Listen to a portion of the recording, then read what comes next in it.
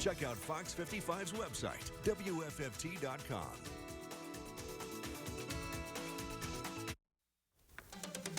Straight ahead on Fox 55 News. It's the day some have been waiting for all summer long. We'll show you how districts prepare to welcome students back into the classroom. And yes, that includes East Allen County schools. We're going to hear from school leaders there who say they're ready to start the school year. And then promoting the arts for years to come. The shovels are in the dirt as the Arts United Center expansion gets underway. What's in store for the Performing Arts Center? And are you enjoying the cooler air? If so, we have another punch of cool air coming our way. Have the details in your hometown forecast. Bringing you the latest news and weather from your hometown. This is Fox 55 News at 5. Good evening, and thank you for making us your choice for local news here at 5. I'm Brian Miller. Tara is off tonight. We begin with breaking news out of Fort Wayne. We've got new details on a story that's been developing here within the last couple of hours. Fort Wayne police tell us a woman is dead, another man in life-threatening condition, all after crashing in the DuPont Kroger. Take a look. This happened a little bit before 2:30 today. Police tell us the couple was stopped at the pharmacy, then accelerated, leading them to crash into that building. You see, airbags were deployed. A passenger in the car died at the hospital. The man driving the car, we're told, still in life-threatening condition tonight at a hospital. We're working to learn more details about this. We'll bring you any new details as soon as we get them on air and online. And you can find those updates by heading over to our website, WFFT.com, or download the free Fox 55 News app. Well, there it is. Just like that, summer break came and went. School's back in session. Not for everyone just yet, but at least 3 area school districts started their fall semesters, and back to school can be exciting, but also can involve some tears, especially for those first-timers. Let's go live now to Fox 55's Choice Grant. Started her day this morning when the doors opening at several schools in Troyes. What'd you see today? Yeah, Brian, I was up bright and early trying to make all my rounds at all of the schools. And I will say, back to school looks way more fun than it did when I was a kid. All I saw were kids with smiling faces, jumping for joy, just excited to see their friends again. And actually, I'm here at Maple Creek Middle School, and the festivities are still going on. To my right, there's a football practice going on, and then literally on my left, I can see looks to be either a running club or cross-country practice. But so, yes, very busy day, and here's a look at how the first day of school went in Allen County. That's the sound of kids happy to be back in school for another semester. Today, Northwest, Southwest, and East Allen County schools all celebrated their first day of school. And the students weren't the only ones glad to be back. You know, I work all summer without kids in the building, and just gets a little depressing. So it's so nice to be able to see the kids, and you know, they're so excited to see you in elementary. I've had probably 400 hugs already. And at Carroll Middle School, Principal Robbie Goodman greeted his students with stickers, taking him back to the days when he attended school in the same district.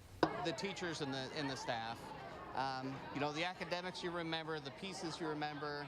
Setting myself on fire in 8th grade home ec and still getting a B in the class. You know, those are the things you remember.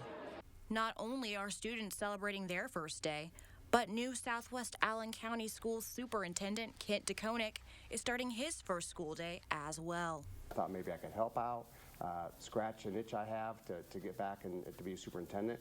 I do it, and SACS came about, and that's what I'm doing. So I'm loving it. Started July 1st.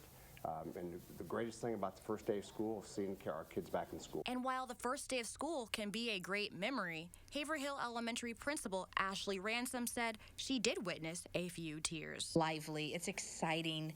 There's tears in elementary school, though, because we have some of our first kindergarten students coming in our door for the very first time. So there's tears from some kids, but there's also tears from some parents as well. But they're trusting us to take care of their kiddos. But I would say the big word is just excitement. Now, one more area district still has to go back. Fort Wayne Community Schools, the biggest school district in the state, goes back tomorrow. And as always, we will bring you coverage here at Fox 55. But in the next hour, you're going to hear again from Southwest Allen County School Superintendent Dr. DeConick, and he'll tell you about some upcoming programs for this year. Reporting live on Union Chapel Road, Troy Grant, Fox 55 News. All right, and they summed it up in that soundbite, excitement. You could see it on some of the faces of these kids. Meanwhile, of course, Assistant Superintendent over at East Allen County Schools welcoming students back as well. She visited 4 elementary schools in the district, New Haven Primary Schools, one of them, welcoming students back, getting them settled in for what should be another busy school year ahead. As students were arriving, you could see the nerves on their faces along with some of the parents who were coming for drop-off, especially kindergarten families. But once students arrived in the classrooms, you could see their nerves dissipate. They got to see friends and familiar faces. They were excited to see old teachers. All right, well, some of those kids working out the nerves, best way to do that, they say, well, they have plenty of fun and activities to ease the nerves of those elementary school students on the first day. The goal is to make sure they're familiar with the building, the classroom, and their teacher, helping set them up for a successful school year. And let's move on from Allen County to Huntington. Huntington North High School teacher Chelsea Hainline's been named a top 10 teacher in the state of Indiana. Coming up in the fall, the Department of Education is going to announce the winner of the Teacher of the Year. Hainline is the only teacher in Northeast Indiana who's in the running. The program's been recognizing outstanding teachers for more than 60 years. All right, well, it was absolutely gorgeous. I mean, if you like cooler weather, starting to feel a little bit like fall out there. Let's get over to Chief Meteorologist Beverly Perry. She's tracking what's next. Yeah, it's absolutely beautiful out there. Granted, we kept the clouds a little bit longer today, but we're starting to see some of that cloud cover break apart, allowing for some sunshine to get through.